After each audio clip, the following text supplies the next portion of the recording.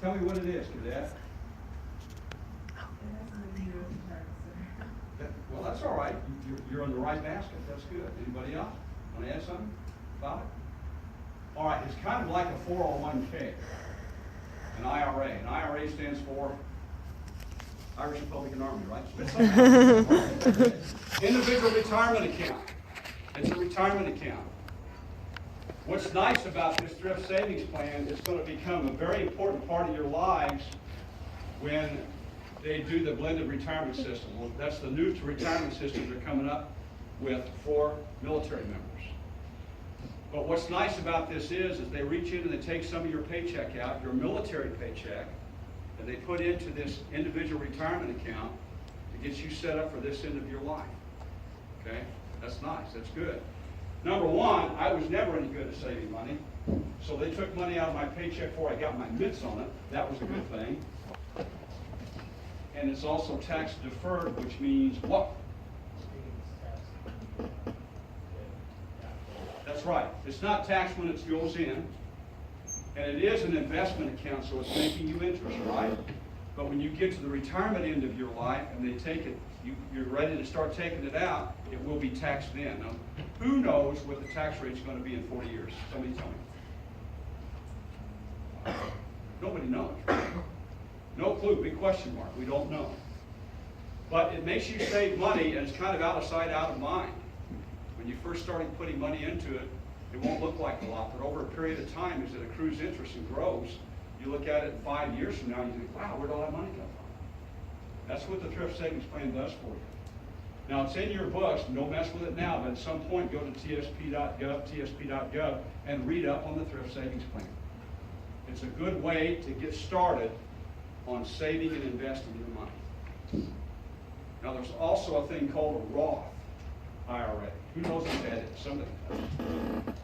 Yes, hit me, cadet.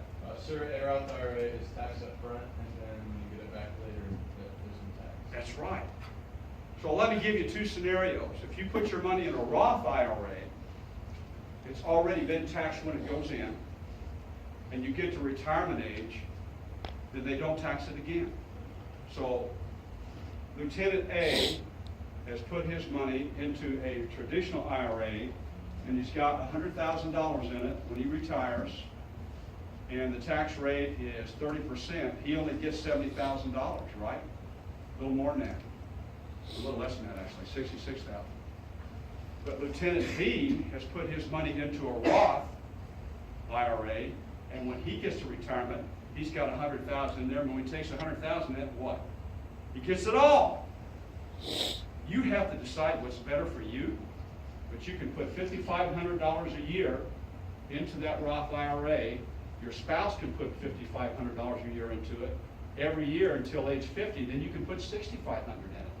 Now, you can't touch it until after age 59 and a half, because if you take it out early, what happens? You get hit with a fee. You get hit with a penalty. Anybody ever heard of the Internal Revenue Service? Right? 10%. They take 10%. So you don't take your retirement money out early. That's bad, because they get a big chunk of it. Does that make sense? All right, cool. You guys are sharp. You're on it. I like that. All right. Now, one other thing before I leave this slide. This was in Kosovo, 18 months, in lovely Kosovo. So, anything you put into a TSP here in CONUS, Continental United States, is tax exempt unless it's a Roth, or tax deferred unless it's a Roth. But let's say you go to Kosovo, or you go to Kuwait, or you go to Iraq, or you go to Afghanistan. Anything you put into that TSP over there is tax exempt forever. So the takeaway, cadets, is pump it up. If I'm taking 5% of my paycheck, my military paycheck, in the United States, that's what I'm putting in every time I get one, I'm eventually going to be taxed on it. But when I go over to a combat tax exclusion zone, I want to bump that up to 10 or 15 or 20% or whatever you can live with, because that money you make while you're there will never be taxed before, after, or during. That's a good thing to know, right? Every now and again I'm going to go like that. That could mean that my leg's going to sleep, I'm old. It could mean I'm killing cockroaches, or it could mean I'm going to save you some money. Guys in the back row, wake up when you hear that sound. Fair enough? All right. Now, this is so much fun. Now we're going to talk about SDP. Who's heard of that? Savings Deposit Program. Now, if you think about your checking account and your savings account, and most of you have one, I'm quite sure, how much interest do you get on that? Point something, 0.0 something in some cases. I mean, you get a statement every quarter and it says, congratulations, you've got $6.15 interest, right? That's not a lot, would you agree? Let's think about inflation for a second. So inflation is 1.5 to 2% a year, and you're getting 1% interest compounded that year. Are you making money or are you losing money in your savings account? 1% is less than 2, so you're losing money. Now, I'm not saying don't save. I'm just telling you that your savings and checking is not making you very much money. Check? Correct? All right. So Uncle Sam came up with something called the Savings Deposit Program. I discovered this on my second tour in Iraq. The way it works is when you're deployed to a combat tax exclusion zone, let's just say you go to Afghanistan, Kandahar, we'll pick someplace. As soon as you get there, hot foot yourself down to the Air Force Finance Detachment, Squadron, what do you call it, sir? What do you call your flight? Yeah, it'll be a section. Okay, section, okay. You go down to your finance section and say, sign me up for the savings deposit plan. Because you could put up to $10,000 of your deployed money in it while you're there and get 10% interest. 10%. That's good. That's a lot of money. And you can do it every time you deploy. Every time. I did. That's pretty nice, right? I mean, if somebody comes up and gives you a $3,000 bill, you would take it, correct? That's basically what we're talking about. Now, there are limits and there are things you have to learn about it. But if you go to Savings Deposit Plan, Savings Deposit Program, they'll explain it to you. And it has to be a combat tax exclusion zone. Just because you deploy to Belize, you're not going to get it there for sitting out on the beach, drinking Mai Tais underneath a banana palm frond shack. But if you go to a combat tax exclusion zone, you'll get it. Any questions about that? No? All right. That little blue bear belonged to my granddaughter. Went and saw her before my last deployment there. She stuck that down in my duffel bag and I didn't know it. So I'm ripping through all my go-to-war stuff when I'm in collusion. And I come across this little blue stuffed bear with a little note that says, Grandpa, this will keep you safe. Now you got to understand, I got a reputation to hold. I'm a command sergeant major. Right? That means I got to be angry and mean all the time. And here I am walking around with this little blue teddy bear. Just daring my soldiers to say something. What? Don't you eyeball me, boy. What'd you say? I'm walking around with that bear all the time. All right. Now, this is when it really hit me. Now, I've been doing the right thing for about 20 years, but I'm on my last tour. I come home, I'm going to retire. And I'm thinking, wow, what am I going to do next? If Social Security is going to be in trouble, and I'm going on half military pay, I still have to survive, and somebody just cut my paycheck in half, basically 3/4. You have to have a plan. It's important that you do that. Don't wait until you're in those shoes to do that. Anybody ever walked into a Walmart and see these elderly people standing there saying, welcome to Walmart? Yeah? Now they're 70s, 80s, hypertension, high blood pressure, diabetes, arthritis, oxygen tank, wheelchair, whatever. Do you think that's where they saw themselves 20 or 30 years ago? I'm not making fun of them. I think it's tragic. What happened? How did they end up there? They had to save enough. They didn't have a plan. They didn't have a plan. You think they want to be there at age 78, standing there with arthritis and high blood pressure doing that? They don't. You can't afford to just 7 come 11. Papa needs a new pair of shoes. I hope it all works out. That's not a military plan, guys. That's not how we operate. Okay. Now, would you mind racking up that next one for me, please? Now let's get into the meat of it. Any questions about anything I talked about? Okay, good. Next slide. Would you mind running the slides for me? I'm going to whip through this real quick. All right. We talked about the purpose of the educational foundation is just to educate. Next slide. Next slide, we need that. Next slide. Let's talk about goal setting. Oh no, Sergeant Major, I was having such a great nap. What happened to you? Coming up the nosebleed. Coming up to your row.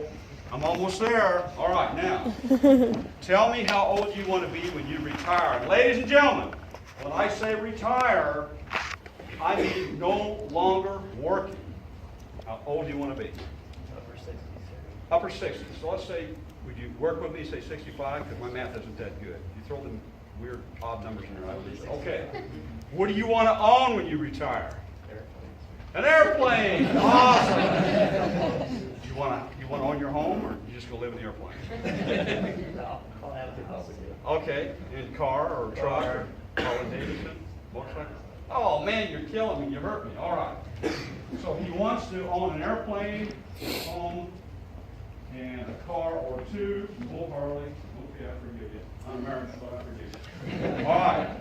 Now Now we did agree you retired at 65, right? So you're still going to have bills. Check. Sir. You're going to have insurance. You're going to have food. You're going to have clothing. You're going to have gasoline. You're going to have utility bills, etc. Right? But we did all agree that 40 years from now, oh, that's going to cost more, didn't we? How much money? Let's say you live to be 85. That's 20 years.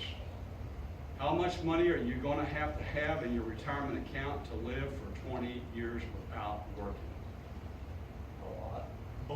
I like that. Cool. And honestly, that's always the answer I get. And honestly, that's the answer I would have given you if I'd been sitting there many years ago. Fact of the matter is, let's say $50,000 a year. You're going to say, Sergeant Major, no, man. It don't cost me no 50. Remember what I told you? 10 times more than today. 10 times more. Inflation will do that. So $50,000 a year times 20 years is $1 million. Now, where are you going to get it? Got a rich uncle? No. You be the wheelman in a bank job? Help me out. Hit the lottery? You see where I'm going with this? You don't want to be part of the population that doesn't have a plan when you get to be that old. You don't want to do that. You got to start right now thinking about that. Okay. Now, what are your goals? Think about this as a three-legged stool. What do I want? When do I want it? And how much money is it going to have in the bank to get it? That's called a plan, but you can call it a mission if you like. That's your mission. You need those 3 bits of information because you need to start working on that plan right now. Right now. I didn't. I was 40 when I started. My smarter younger brother did. He's been working since he's 18, blue-collar worker. He's got $1.5 million in the bank. He doesn't work for Goldman Sachs, Bank of America. He's just been punching a clock all his life, and he's got $1.5 million in the bank because he puts something away every 2 weeks for 45 years. Amazing. We eat over there by a lot. We eat over there a bunch. We have steak we eat over there. We have hot dog in my house. So, you have to establish this plan, this goal. And really, it's not just one goal. It's a short-term plan, an intermediate plan, and a long-term plan. That's what you need to come up with. And it can be anything, guys. Let's say that your short-term goal is, I want to save up enough money for a down payment on a car. Or maybe even to buy a used car. And it's going to take me, I figure, 2 years to do that.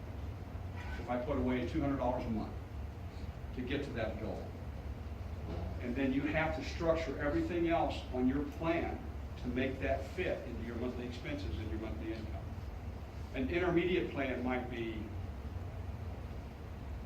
a new car, it might be a vacation, it might be some piece of equipment that you really want really badly, it might be furniture, it could be anything. But you have to have a budget plan. Long term, I want to buy a house. I want to be able to put this much money down on a house to keep my payments low. That might be a 20-year plan. But you have to decide what's important to you in your life and come up with something that fits that. Does that make sense to you guys? All right. Next slide. Let's talk about, next slide. Let's talk about budgeting. We talked about the steps in this, guys. It's set goals. So let's go back up here to the young cadet that wants to buy an airplane. How much money is it going to cost you? What kind of airplane do you want? T6. A what? T6. T6. Oh, that's a trainer from World War II. Yeah, I'm familiar with it. I didn't fly one, but I know what it is. Now, how much do you think that would cost to get? Right now, they're worth about $190,000. $190,000. And we're talking about buying this about what point in your life? Age what? 40? 30? 45. 45. Okay, so we're going to say 20 years-ish. All right. So you have to come up with a plan. That would be a long-range plan. You got to set that goal in 20 years. I want to have $190,000 disposable cash to go buy a T6 Texan, if indeed that's what they cost then, right? So that's $19,000 a year. No, that's $8,000 a year. Yeah. Okay. So $8,000 a year. So that's pretty ambitious, right?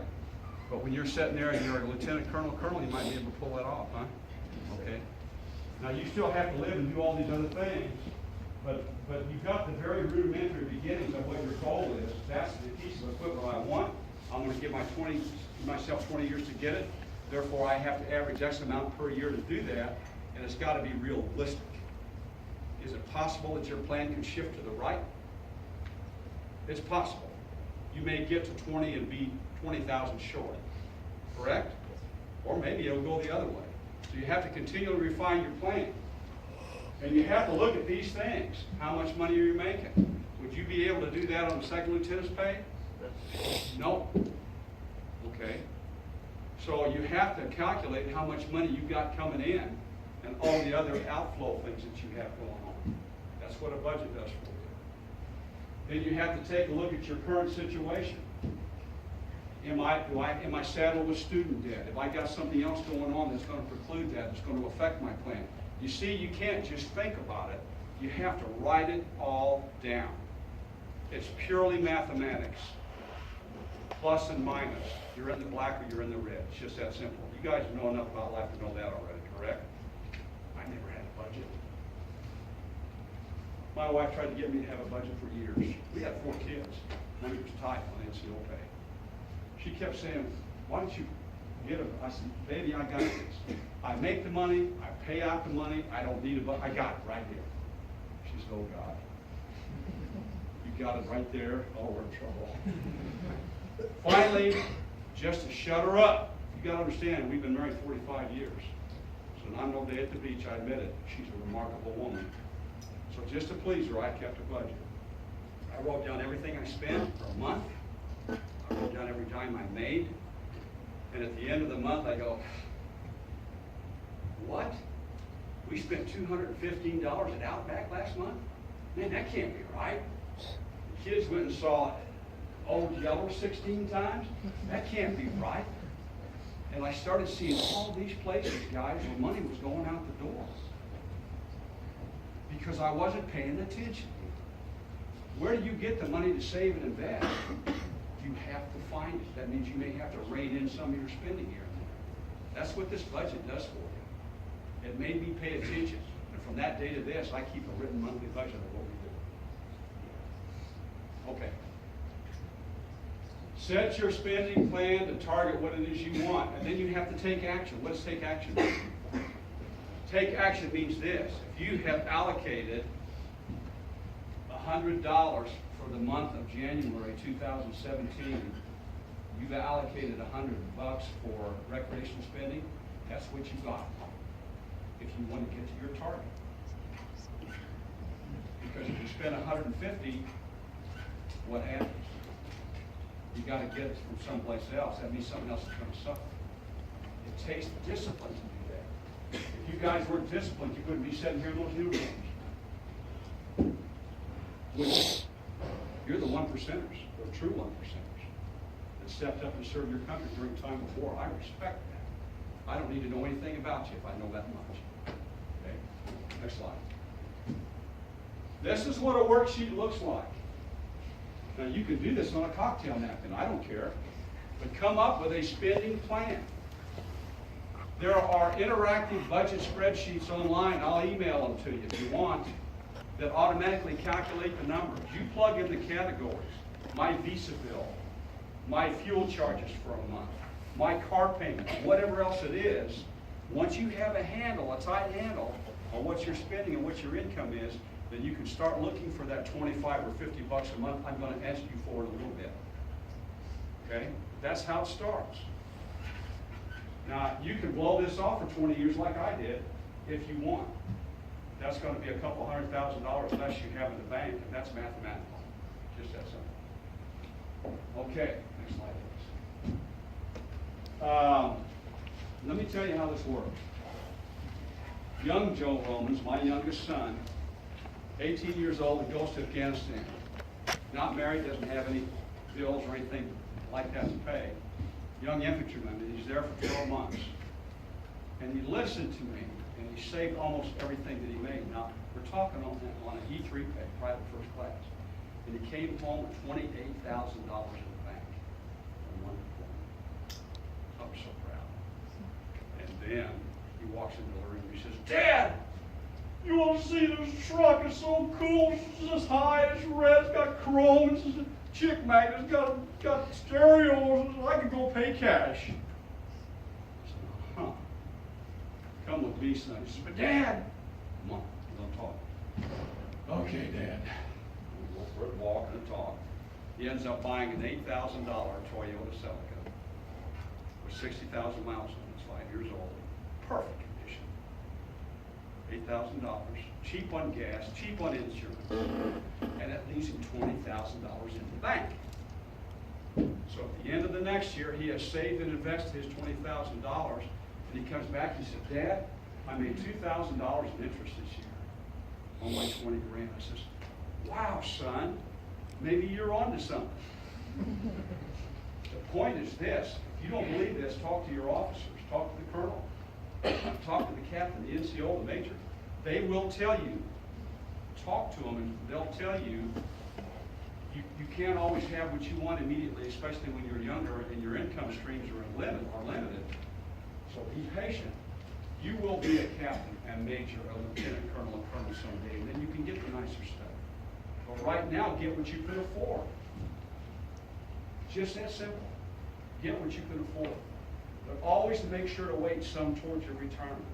Some percentage of what you're getting. All right, next slide. Who thinks credit is a good thing? Show of hands. All right, about half of you. Who thinks credit is bad? Well, probably about 15, 15. Okay, you know what? You're both right. It depends on how you use it. Okay? You can misuse credit and get in a lot of trouble real quickly. Because people forget that credit is a bill and you have to pay it. You know, by the way, what do they charge you for credit? Interest. And so whatever you're making in your savings and investing, you can throw that away like that if you have a high interest loan, credit card, or anything else. It eats you alive. All right, so you have to manage it. So some things you want to know about, we'll talk about components in a minute. You don't want to co-sign for anybody else. I made this mistake when I was an E4 corporal. And I was trying to help out a buddy. So he gets transferred to another installation, and I co-signed for him on a car, and guess what? Next thing you know, what do I get in the mail? He's defaulted, and I get to pay it, because I said I would. I signed for it. And oh, not only that, Not only am I making payments on somebody else's car, but I get the hit on my credit report. I'm not saying it's not good to help out everybody, I am. But co-signing is extremely risky because you're assuming the liability for whatever that is. That makes sense to you? Okay? Secured loan or a loan might help initially. I've had people ask me your age, hey, Sergeant Major, I never had a credit card. How do I build up my credit score? Well, you can do a secured loan. What that means is that you have enough equity in something that the company will recognize as a protection for whatever they're going to lend you. But let me make it simpler than that. Let's say you take out a loan for X amount of money, $500, and you have a $500 CD, certificate deposit in your bank. That secures that loan. You're not paying it out of that. But the people that lent you that money know that you've got something there that they can go to if you default on the loan. Okay? We'll go into that more in a little bit. Let's say you want to find out what your credit report is. Equifax, TransUnion, Experian. Who's ever heard of that? You guys know what it is? Tell me what it is. Their credit, you can check your credit score. That's right. From the time you start working, you start building a credit score, i.e., are you credit worthy? Are you risk worthy? Can we lend you money and you'll pay it back? That's what that means. Runs from 300 to about 850, depending on what model you use. And if you maintain a good credit score, when you go to make a major purchase like a car or a home, if your credit score is good, then A, they will lend you the money, and B, they'll give you a better interest rate, which saves you money. That's kind of good, right? That's a good thing? Next slide. Take a look at that wheel. And let's go to you, cadet. What is the largest slice of that pie in that model is based on what? The white. What is that? That's right. What that means is that I pay my bill on time. If you get credit and you default or you're late on a payment, that starts bumping down your credit score. And it takes a while to get it back up again. Now, all those other things affect it. How much debt you have, the length of credit history used, types of credit used, and so forth. What the credit card companies or the credit companies want to see is that you don't exceed 20% on a credit card. So if you have a $1,000 credit card and you go above $200 on that card, red flags start going off. That makes them nervous. Now, if you keep it under that 200 and you still want to build your credit score, let's say you use it for fuel and that's all. But at the end of the month, you pay it off. That way you're not paying interest on it. You're building your credit score, and you're not dinging your credit. Okay, next slide. Manage your debt. There's a debt-to-income ratio. It's in your books. I'm not going to go into that in length. It's just a mathematical formula that tells you after you pay your largest debt, which is usually your rent, mortgage, etc., what that debt-to-income ratio should be. How much is going out by how much is coming in. Don't worry about the books now. You can look at that later. Anybody ever heard of the Service Member Civil Relief Act? Nobody has? Man, this is a tool for you. And oh, by the way, future leaders, everything I'm teaching you here today, you need to teach your airmen. You're going to have somebody from the inner city and somebody from an Iowa farm or wherever it is, and it doesn't have a lot of experience with this stuff. You're going to be their leader. And they come to you really excited about spending money on something. Sit down and talk to them a little bit. Talk to them about do they have a budget? What's their income versus their outgo? That's a good thing. So the Service Member Civil Relief Act has the force of law, and it says this. It's a protection for you if you get deployed. Let me give you an example. You have a credit card that's 18% interest. You get deployed. By law, that credit card company has to take your interest rate down to 6% while you're gone. If you have a personal loan, 6%. If you're paying mortgage on a house that's higher than that, 6%. It goes from 18 to 6. And some companies will take it down to 4 if you do a little shopping. That's pretty significant, right? Now, when you come back from that deployment, it goes back up again. But it also has a lot of other clauses in there. If you're in a lease and you're deployed, they have to let you out of that lease by law because you're serving Uncle Sam, you're serving this country. There's a lot of stuff in there. If you ever want to get in that and do some reading, a frequently asked questions list, it will tell you the advantages this has to protect you and your airmen when you deploy. Remember it. Okay, reduce expenses and redirect funds. Man, that's hard. It's hard.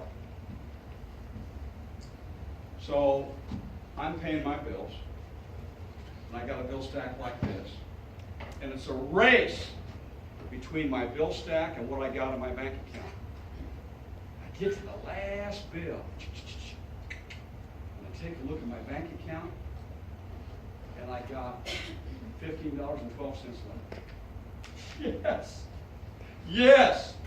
Put on your red dress, baby. We're going out tonight. You think I'm kidding? No. I thought I was the man. I go in and talk to my NCO buddies the next day. I said, so how'd you do in your bills this month? He says, oh man. He says, we were in the red. I said, guess what? I had $12.15 left over. Because I thought if I was making my bills every month, I was the man. That's not success. That's survival. We have become a nation of economic survivalists. That's what we do, just make it from paycheck to paycheck. But I'm not worried, you know why? Because I'm about ready to get a promotion for 367. I can read a pay table. Staff sergeant will tell you up there, man, I'm going to get another $180 a month. I don't have to worry about anything. So I sit down at the end of that month and I figure out my bills. $12.15. What? Because when we make more, Spend more. you've got to have that discipline. So when you get that tax refund, when you get a windfall somewhere, I want you to enjoy your life. If anybody's going to that deserves it, it's you guys. But be smart and put some of it in saving and investing, because when it's gone, it's gone. All right. Pay more than the minimum required, pay off the highest. Go to the next slide. I'm going to show an example of this. All right. So Airman Jones comes back from a 9-month deployment to Afghanistan, and he's coming up in the Super Bowl, and he wants this $3,000 flat screen TV for the man cave because he's going to have the buds over for the Super Bowl, right? But he doesn't have $3,000.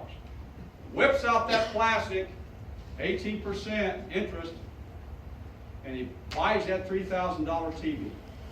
He's a good troop. He makes the minimum payment every month, never misses one. Wait a minute now. So it takes him to pay that off in full, paying a minimum of 2% or a balance of $25 a month. He pays that $3,000 off in 22.3 years. And you're saying, how can that be? Because it's 18% interest.